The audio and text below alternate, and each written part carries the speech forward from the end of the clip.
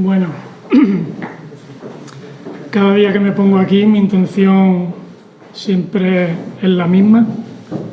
Salmo 139, examíname, Señor, conoce mi corazón, ponme delante de un espejo y si hay algo que cambiar en mí, házmelo saber y dame la valentía para cambiar. Espero que ese sea el propósito que tengamos cada uno de nosotros después de esta predicación. Muy fácil. Pedro dice que me meto en su terreno, pero no es así. Complemento su terreno y lo reafirmo. ¿Cuáles son los tres enemigos principales que tiene un cristiano? Muy fácil, lo vimos la semana pasada. 3. Venga. Carne, mundo y Satanás. Correcto. No podemos luchar contra el mundo. El mundo sigue su camino de maldad. Tampoco podemos frenar los ataques de Satanás. Lo único que podemos hacer es humillarnos delante de Dios, resistirlo, y que nos enseña Santiago 4:7, huirá de nosotros. La carne es el único enemigo que tenemos un poquito de control, del que sí que podemos trabajar nosotros mismos y poder hacer algo, ¿no? Ataques. Tenemos ataques por todos lados. Incluso dentro de la iglesia uno esperaría a veces encontrar un ambiente de santidad. ¿En qué iglesia tú entras y encuentras un ambiente de santidad? Si la iglesia somos imperfectas. A veces no hay que buscar problemas, ¿no? Los problemas vienen en busca tuya. Eso fue lo que se encontró Pablo en la iglesia de Corinto, ¿no? Esa fue la experiencia. Él llega allí y después de casi 2 años trabajando y discipulando entre ellos, pues se va. Y seguidamente se infiltran algunos supuestos creyentes y empiezan a hablar mal de Pablo. Venían con enseñanzas nuevas, seducían a esos corintios con esas enseñanzas y Pablo pues tiene que actuar. Si no actúa, estos corintios, que sabemos que son muy inmaduros espiritualmente, se pueden extraviar de la verdadera fe, ¿no? Para colmo, esos falsos maestros se ponen a atacar directamente a Pablo. Y los últimos capítulos de 2 de Corintios, todos los 4 últimos capítulos, son una defensa de Pablo y él defiende su ministerio, ¿no? Empecé en el capítulo 10 la última vez. Y en el capítulo 10 no solo vamos a ver su defensa, sino también vamos a aprender, y esa es mi intención, ¿no?, del ejemplo negativo de los falsos maestros, del ejemplo positivo de Pablo. Tenemos que ver cuál era el carácter de uno, de otro, cuál era la obra de uno y de otro, ¿no?, y tratar de aprender de ambos grupos, ¿no? Y es un capítulo muy interesante porque creo que nos deja... Yo cuando lo he estudiado he visto que hay marcas distintivas del verdadero discípulo de Jesucristo, ¿no? Y de alguna manera Pablo las está encarnando. Hay más, seguro que hay más, ¿no? Pero me gustaría que aprendiéramos de ellas, ¿no?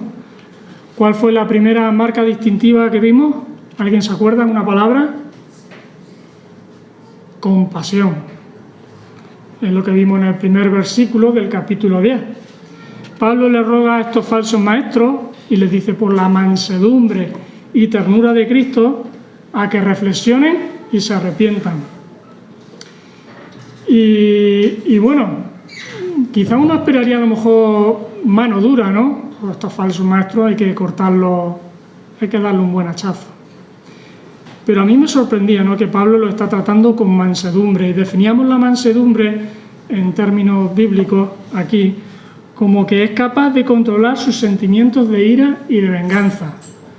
Claro que Pablo está irado, ¿no?, pero es capaz de controlar y dominar su carácter, ¿no? Aquello que le pedía al cuerpo lo domina, y eso es la palabra que nos comunicaba, la palabra mansedumbre. Y la palabra ternura, pues no hay que tampoco explicarla mucho, porque decíamos que era amabilidad, gentileza a la hora de hablar, ¿no? Aunque se habían comportado mal con él, pues sabía que el amor estaba por encima de la propia justicia. con la que merecían ser tratados. Y hacia eso es donde apunta la palabra ternura. En otras palabras, Pablo le está dando una segunda oportunidad a estos falsos maestros para volverse a Dios, si es que alguna vez estuvieron en el camino correcto. Eso no lo sabemos. Y lo hace a través de la persuasión, ¿no? De llevarlos a reflexionar en el carácter de Cristo.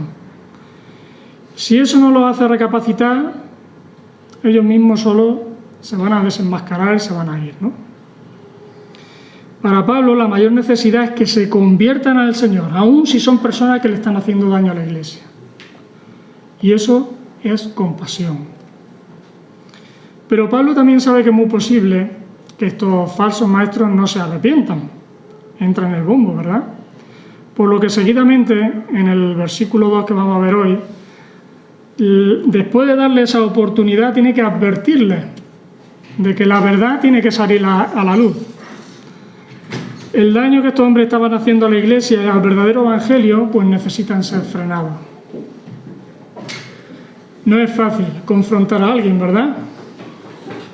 Para empezar necesita, pues, de otra cualidad que Pablo aquí está mostrando, que no todos los hombres los poseen de una manera natural, y me refiero a la valentía.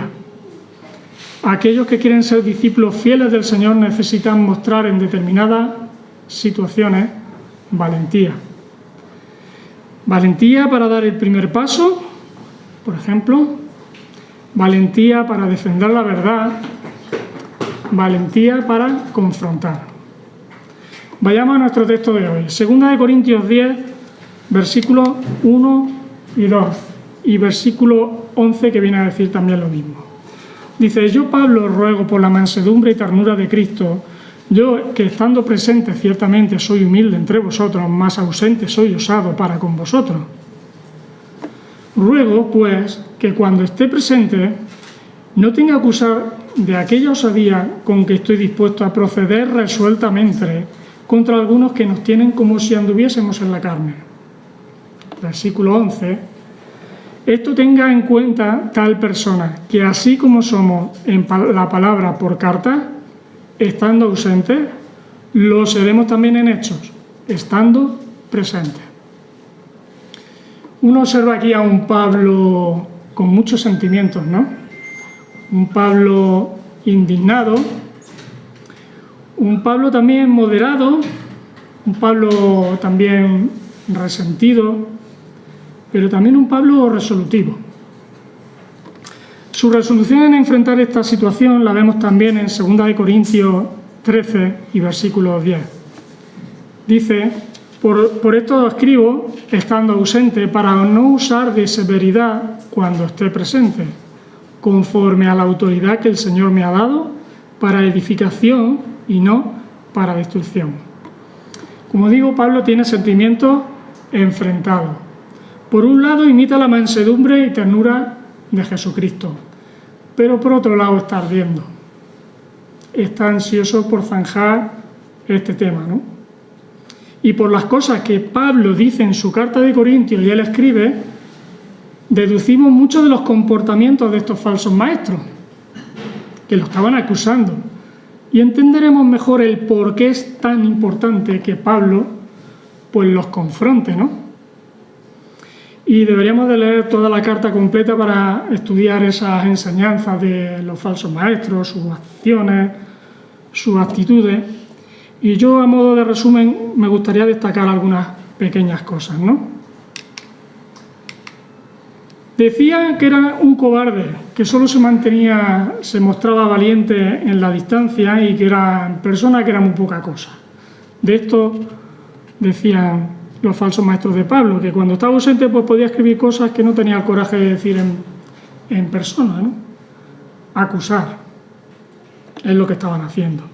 Decía que solo tenían intereses humanos, versículo 2, por ejemplo, del capítulo 10. Dice: algunos nos tienen como si anduviésemos en la carne.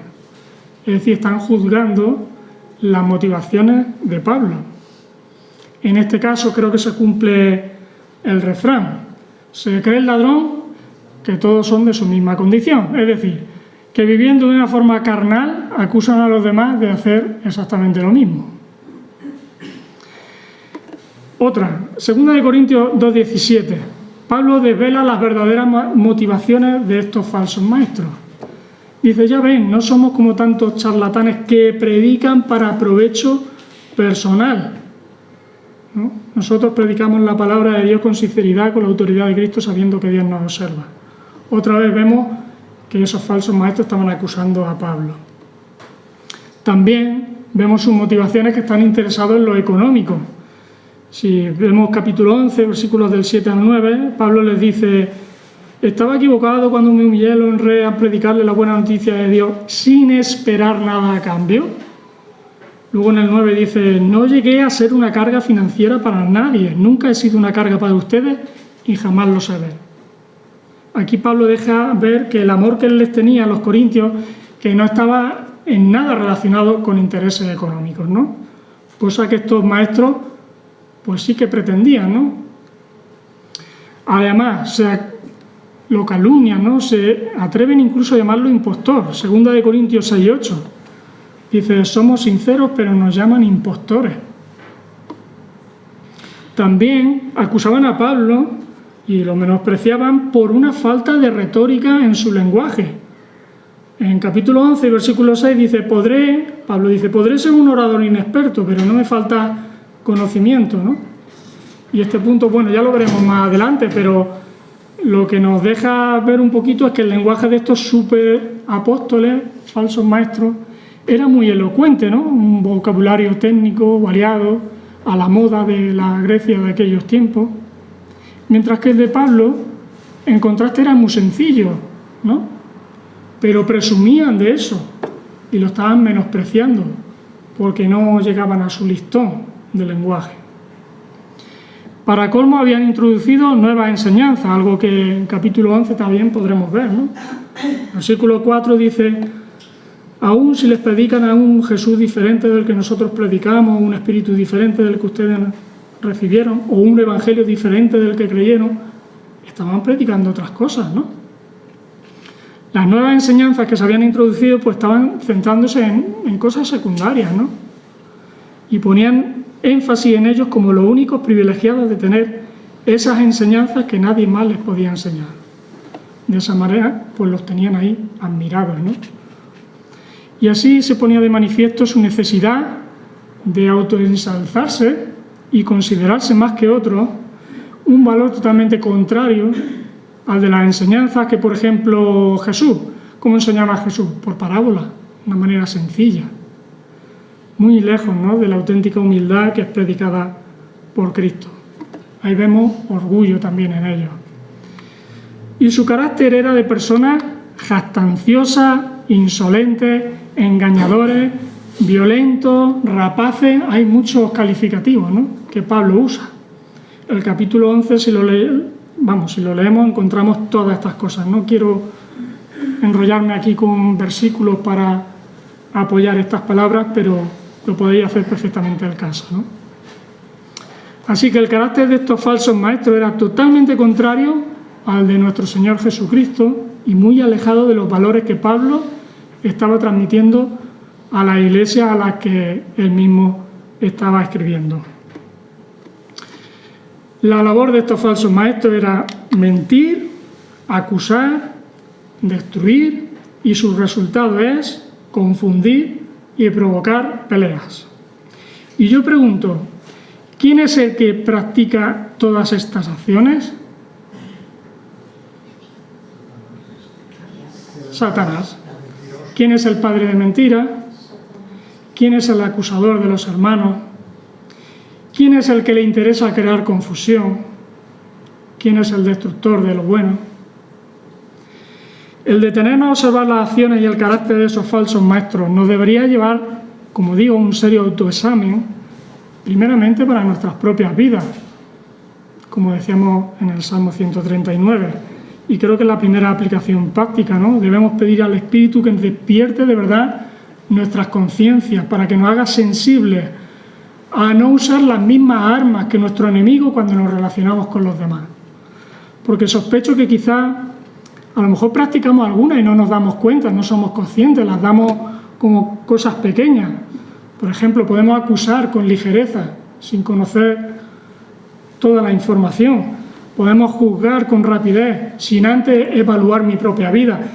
Podemos decir eso, información a nuestro beneficio, y no decimos a lo mejor toda la verdad y estamos manipulando lo que decimos, y eso es mentira, y no lo vemos como algo importante, ¿no? Tenemos que pensar y evaluar nuestras palabras antes de acciones, y acciones antes de realizarlas o de hablar, porque puede ser que cuando hablemos, cuando actuemos, metamos de tal manera la pata que destruyamos en lugar de ser constructivos. Como digo, Pablo ha invertido muchísimo tiempo en la iglesia de Corintio y le duele que a primera de cambio lleguen estos que no tienen amor por la iglesia y la perviertan. Y el apóstol le rogó, es un verbo fuerte, ¿no? Le rogó que no lo forzaran a mostrar esa valentía para confrontar con la cual él era capaz de hacerlo. Y la palabra que usa ahí resueltamente es una traducción de un sinónimo en griego que tiene la connotación de ser atrevido o de actuar sin miedo, sin importar cuáles sean las amenazas o las consecuencias. Pablo, cuando se trataba de defender la verdad, podemos decir que es absolutamente temerario. Pero cuando pensamos nosotros mismos, en las ocasiones en las que hemos tenido que parar los pies a alguien, debemos de admitir que los temerarios somos nosotros. ¿Por qué? Porque a veces es difícil hacerlo sin pecar. Es muy fácil cruzar la línea que separa hacerlo bien a hacerlo mal, ¿no? Es sencillo que los sentimientos de ira que a veces sentimos se expresen de manera pecaminosa. No estoy aquí para decir, yo esto lo tengo superado y por esto hablo, que va al contrario, ¿no? Aprendo, transmito y me lo pongo como reto, ¿no? Primero para mi propia vida, todas estas cosas que he ido aprendiendo. Porque pensamos en nosotros mismos, ¿no? Nos sentimos con ganas de confrontar a alguien, pues cuando atacan algo que a nosotros lo consideramos como importante, ¿no? Y creo que nuestro orgullo es muy sensible. Automáticamente creo que nos revolvemos interiormente. Yo hablo por mí, ¿vale? Creo que quizá llegue a la mayoría porque podáis sentir algo semejante a lo que yo siento, ¿no? Nos revolvemos interiormente. En una conversación todos sabemos lo que es ganar una discusión, ¿no? Nos sentimos bien, importantes, poderosos, y cuando vemos que el otro es el que va a ganar, entonces respondemos a veces de forma inapropiada, improductiva, injusta, en pecado. Por ejemplo, ¿qué nos sale solo? La justificación. Esta misma mañana a mí me ha salido el justificarme. Nos sale solitos. Como si fuera un combate de boxeo, la otra persona a veces suele darnos un golpe de realidad y nos muestra otra perspectiva y no salimos bien parados. Parece que otra vez gana la otra persona la conversación. Y entonces decimos, anda que tú... Y desviamos nuestra atención sobre nosotros porque no queremos que la culpabilidad se quede manifiesta, nuestra propia culpabilidad, y decimos, anda que tú, el otro. O alzamos la voz. Eso lo veo yo muchas veces en discusiones laborales, muchísimo. Gente que alza la voz y se piensa que por alzar la voz llevan la razón, ¿no?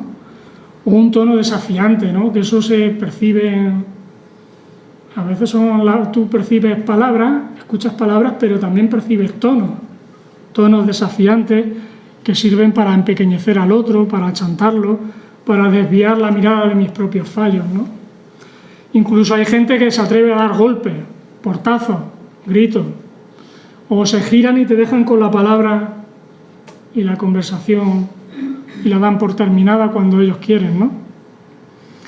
Todas estas acciones, como digo, no contribuyen a reconocer nuestro pecado, a rectificar ni a buscar la santidad.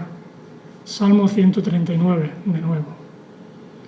Pero incluso estar en lo correcto, y a mí me sorprendía también escuchándolo hace un tiempo, me hacían de pensar, incluso estar en lo correcto nos hace vulnerables porque nuestro orgullo a veces sale disfrazado.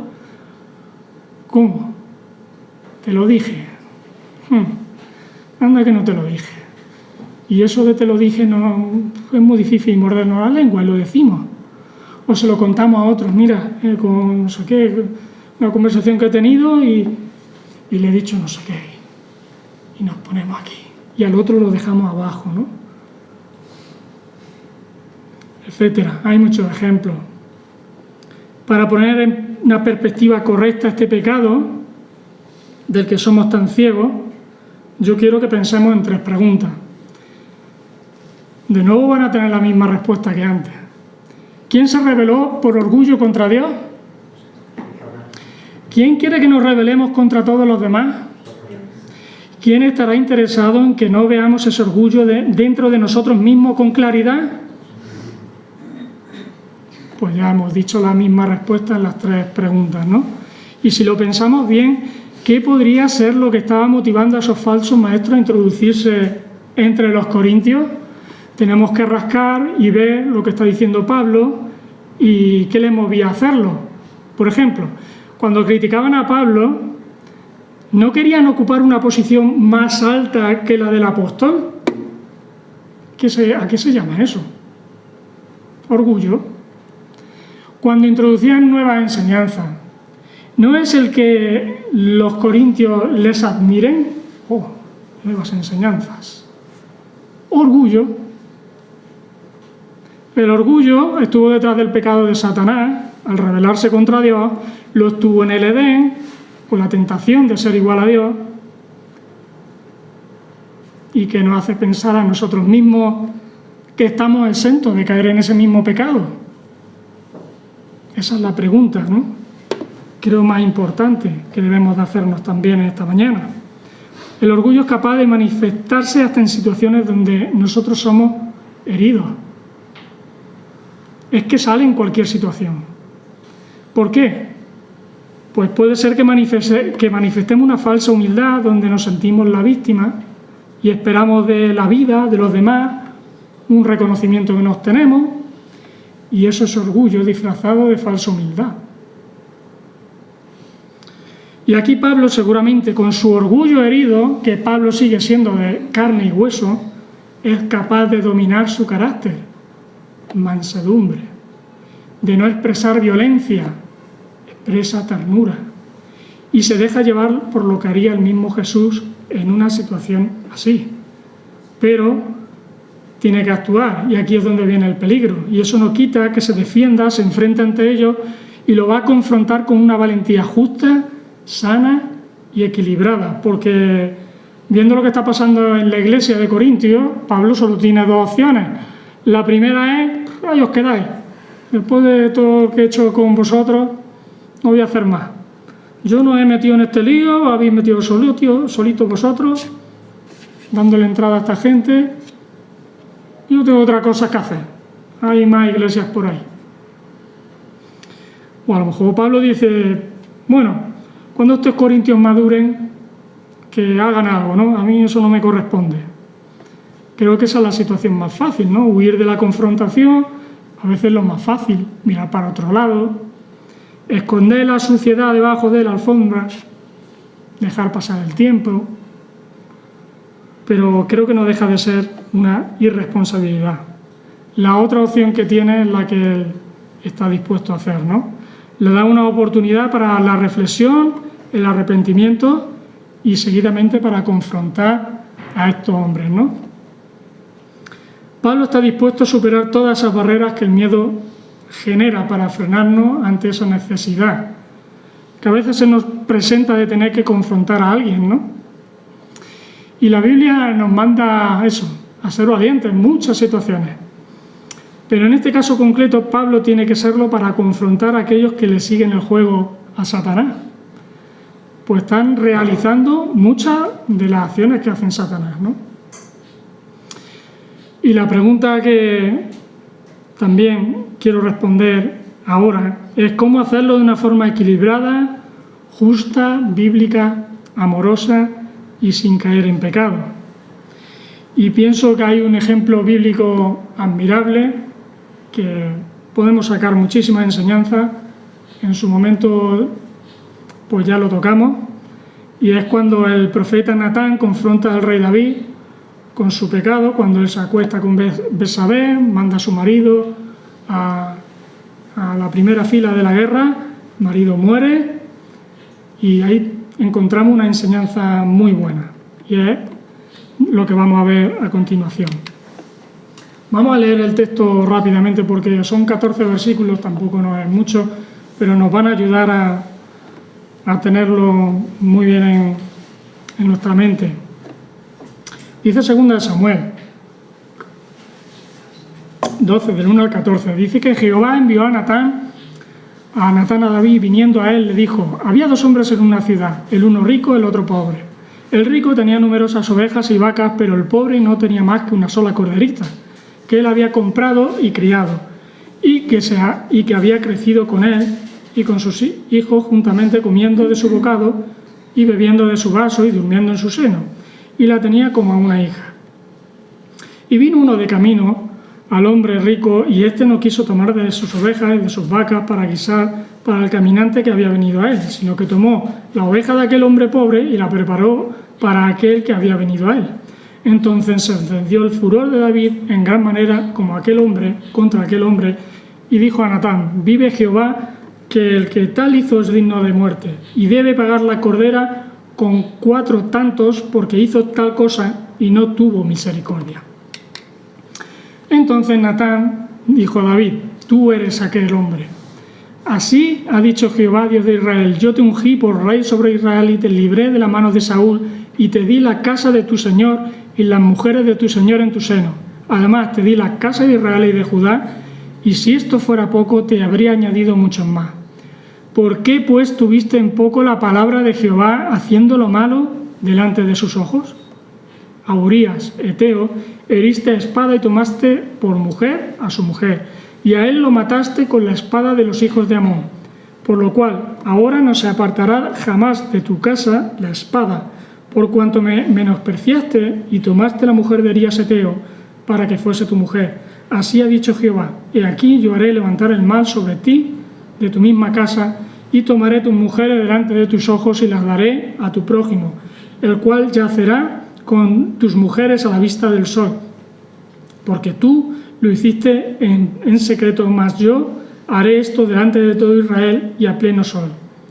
Entonces David dijo a Natán: pequé contra Jehová. Y Natán dijo a David: también Jehová ha remitido tu pecado, no morirás. Mas por cuanto con este asunto hiciste blasfemar a los enemigos de Jehová, el hijo que te ha nacido ciertamente morirá. Natán no miró hacia otro lado, sino que con tacto y sabiduría le puso un espejo al rey David para que viera su pecado y se arrepintiera. Y lo hizo porque le importa a David y porque le importa el reino de Dios. Vamos a ver 8, como se dice ahora en las modernidades, 8 tips, 8 consejos rápidamente que nos van a ayudar a, cuando tengamos que confrontar a alguien, cómo podemos hacerlo de una manera bíblica, sana y equilibrada. Y nos vamos a basar en esta historia. El primer principio dice que tener la razón no te da derecho a ofender. Algo que nos enseña el versículo 1. Dice que Natán no entró gritando a David: hipócrita, mentiroso, adúltero, asesino. Y era verdad, pero no entró así. Natán tiene una actitud correcta hacia la persona que estaba enfrentando. Y debemos recordar que tener la razón no nos da permiso divino para lanzar una metralleta de ofensas que van a sonar mucho más a carnalidad que a sabiduría divina, ¿no? Así que no es suficiente con tener la razón, pues tener la razón no nos da derecho a insultar y a perder la santidad con nuestros labios. Primer consejo. Segundo, la verdad debe decirse con sabiduría. El profeta Natán pues relata esta historia que parece muy simple, y él está expresando la verdad de una manera muy sabia que ayudará al rey David a verse a sí mismo retratado en esta historia, ¿no? Así que ¿Qué nos enseña a nosotros? Que debemos de orar para expresarnos sabiamente y rogar a Dios por palabras sazonadas con sal, dirigidas por el Espíritu Santo y expresadas con la sabiduría de Dios. Esa simple historia fue un puente que por acción divina pues tocaría el corazón del rey hacia un arrepentimiento genuino. Así que debemos de decir la verdad, pero no solo importa el qué decimos, sino también el cómo lo decimos, ¿no? Dice Proverbios 16:6 que con misericordia y con verdad se corrige el pecado. Así que seamos sabios para hablar bajo el control del Espíritu Santo. Tercer consejo. Recordemos que es más fácil juzgar el pecado en otro que en uno mismo, y esto nos tiene también que enseñar. David dictó sentencia rápidamente al escuchar esta historia que le dijo Natán.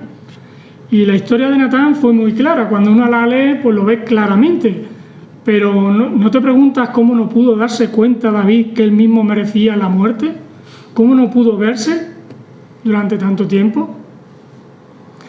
En su día vimos Mateo 7, 1 al 5, y concluimos que es más fácil ver el pecado en otros que en nosotros mismos.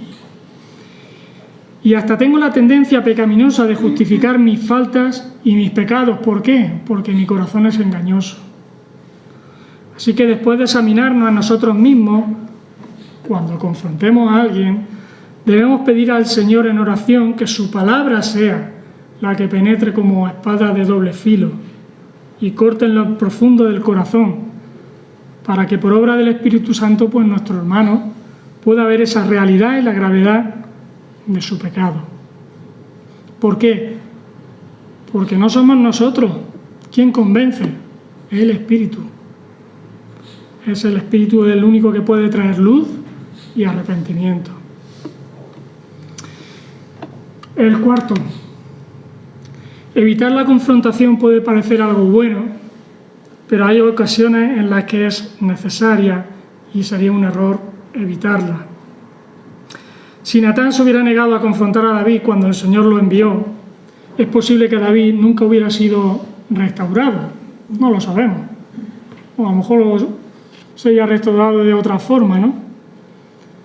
Y David no hubiera recuperado esa comunión con Dios. Lo mismo de aplicación, por ejemplo, cuando Pablo tuvo que confrontar a Pedro, ¿no? O cuando Jesús tiene que confrontar a los líderes judíos. Imaginaos que no se hubieran dado esos hechos, ¿no? Que no lo hubieran confrontado. ¿Os imagináis la teología que iba Pedro tan equivocado y si Pablo no lo corrige? A lo mejor esa teología se hubiera torcido, ¿no? Si no hubiera actuado Pablo a tiempo. Y a los que somos más complacientes, porque luego aquí tenemos nuestro carácter cada uno, no todos somos hechos de la misma pasta, unos somos o son más resueltos para confrontar y otros somos más complacientes. A los que somos más complacientes nos resulta muy difícil enfrentarnos al pecado de los demás, porque le tememos a las consecuencias a corto plazo. Es muy incómodo, ¿no?, a corto plazo en las conversaciones. Pero debemos verlo desde el punto de vista de las consecuencias futuras, ¿no? Si tú ves que alguien se tira por un precipicio, se va a tirar, pues uno advierte, ¿no? Pues lo mismo, ¿no? Aquellos que se desvían de la fe. Debemos verlo de la misma manera, ¿no? Quinto principio. Deberíamos revisar nuestras motivaciones antes de actuar. Natán no tuvo otra motivación que ayudar a David a ver su pecado, ¿no? A que David se arrepintiera y se pusiera a cuentas con Dios. Natán no tenía ninguna intención de ver a un David hundido para enaltecerse él. No es eso, todo lo contrario. La confrontación, cuando es dañina, pues está motivada a veces por el orgullo, codicia, miles de deseos carnales, ¿no? Así que pienso que tenemos que revisar también nuestras motivaciones antes de hablar. Sexto principio, expresar lo que Dios ha dicho, no tanto nuestras propias opiniones. Creo que existe el peligro de centrarnos en nuestras preferencias y opiniones personales. No, yo es que veo esto así, por eso... Objetivamente hablando, lo único importante es lo que Dios ha dicho. Y por eso este profeta tiene la autoridad para confrontar al rey, porque está hablándole al rey, pero sabe que lo hace con la palabra de Dios. Así que debemos de confrontar en amor y gracias, pero también con la verdad de Dios. Y para ello, pues a veces tenemos que proclamar la Escritura. Pero no debemos de usarla otra vez, el peligro. No debemos usar la Escritura como mi espada, sino como la espada del Espíritu. Porque es el Espíritu el que toca los corazones, ¿no? Es el corazón, el Espíritu el que toca el corazón, el que lo transforma. Nosotros no transformamos a nadie, ¿no? Mis opiniones, mis preferencias, que no van a transformar a nadie. Es la palabra de Dios la que tiene que ser central en la confrontación entre los hermanos. Cuando hay pecado, pues ella es la que tiene autoridad final. Séptimo principio es que se consiga el perdón no implica que se eviten las consecuencias del pecado. Y desgraciadamente no se puede pecar y salir ileso, ¿no? Sabemos que hay perdón y gracia infinita en el Señor, pero las consecuencias vienen, ¿no? Por la desobediencia. Aunque no lo queramos, vienen. Nosotros podemos elegir entre obedecer y desobedecer a Dios, pero no puedes escoger la consecuencia de mi decisión. Y en esta historia, a pesar de los ruegos y llantos del rey, su hijo murió. Hubo grandes consecuencias sobre el reinado, sobre la nación y sobre sus descendientes. Así que debemos recordar que la misma gracia que perdona es la gracia que nos disciplina, como dice Hebreos, para que participemos de su santidad. Último principio, el octavo, la honra del nombre de Dios, no el nuestro. Algo que vemos en los últimos versículos. Lo que a todos se nos pasa por la cabeza cuando pecamos es la pérdida de nuestra reputación o la de nuestros familiares. Por ejemplo, nos preguntamos, ¿ahora qué van a pensar de mí? ¿Qué van a pensar de mi familia? ¿Alguna vez te has preguntado qué se va a decir del nombre de Dios por este pecado? ¿Cómo será deshonrado su nombre con este pecado? Los últimos versículos de la historia que hemos leído nos recuerdan que no debemos deshonrar su glorioso nombre. El profeta le dice a David, por cuanto el nombre de Dios ha sido blasfemado. No sé hasta qué punto esto nos preocupa o nos duele. Nuestros pecados son vergüenza y ofensa al nombre de Dios. Así que cuando confrontemos un pecado, tengamos en cuenta que el único nombre que importa de verdad glorificar y honrar no es el nuestro. No es el de nuestros ministerios ni nada de eso, sino el nombre de nuestro Señor, ¿no? Y veo muy útil aquí dar un pequeño apunte para diferenciar entre remordimiento y arrepentimiento. Normalmente nos duelen las consecuencias de nuestro pecado mucho más que el dolor que mi pecado le causa a otras personas o a Dios mismo. Normalmente es así porque somos muy egocéntricos, ¿no? Nos creemos a veces que el mundo gira a nuestro alrededor, nos olvidamos mucho a veces de los demás, incluso de Dios, ¿no? Por tendencia somos así. Y cuando nos duelen las consecuencias de mi pecado, normalmente vamos a Dios en busca de perdón, de cambio, y muchas veces creo que no cambiamos nuestra conducta porque nos conviene, ¿no? Pero nuestro interior, nuestras pasiones, nuestro yo, es que siguen ocupando un trono mucho más alto del que deberían de ocupar.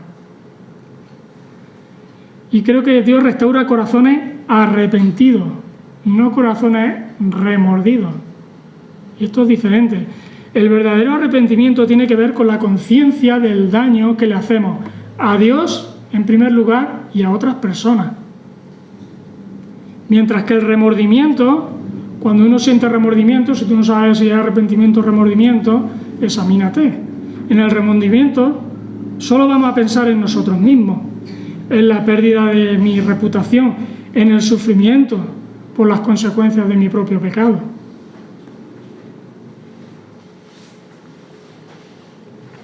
¿Qué necesitamos? Necesitamos muchas cosas, creo yo.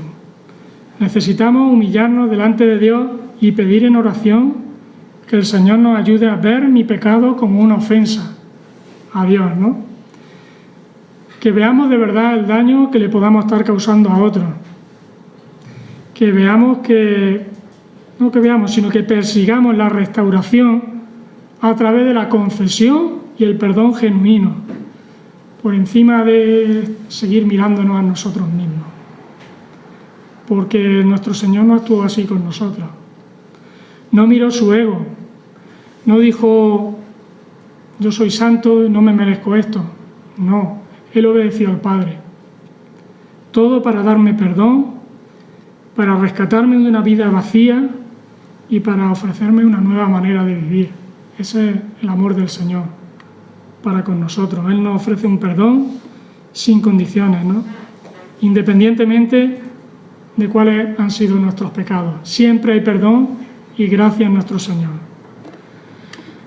Que Dios nos ayude a que nos conozcan como personas mansas y tiernas, capaces de dejar que el Espíritu Santo trabaje en nuestros corazones, que Él sea el que de verdad controle nuestras pasiones para no dejarnos llevar por sentimientos de ira, de venganza. Que el Señor nos ayude para que nos caractericen esas palabras tiernas, gentiles y amables a las que somos llamados. Que Dios nos ayude a destronar a ese rey, al rey ego, que quiere seguir dominando nuestras decisiones, nuestras motivaciones y las sustituya por ese amor sincero y verdadero para honrar el nombre de Dios, ¿no? Pero también necesitamos abrir los ojos a nuestro orgullo, ¿no? A ese orgullo que a veces nos domina y que somos tan ciegos para no verlo. Que el Señor nos ayude a tener la valentía también de decir la verdad, sin ofender, con sabiduría, con equilibrio, con gracia, recordando nuestra debilidad, revisando mis motivaciones y buscando pues lo que Dios dice, por encima de nuestras propias opiniones, y que nos dé humildad para aceptar la disciplina de Dios, las consecuencias de nuestros pecados, y nos dé la capacidad de expresar arrepentimiento en lugar de remordimiento.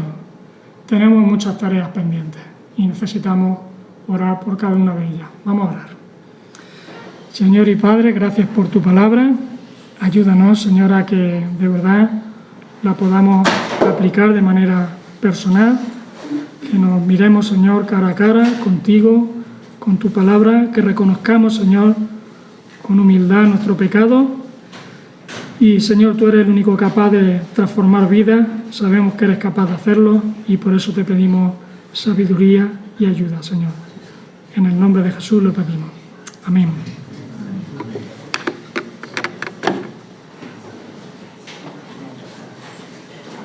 Muchas gracias.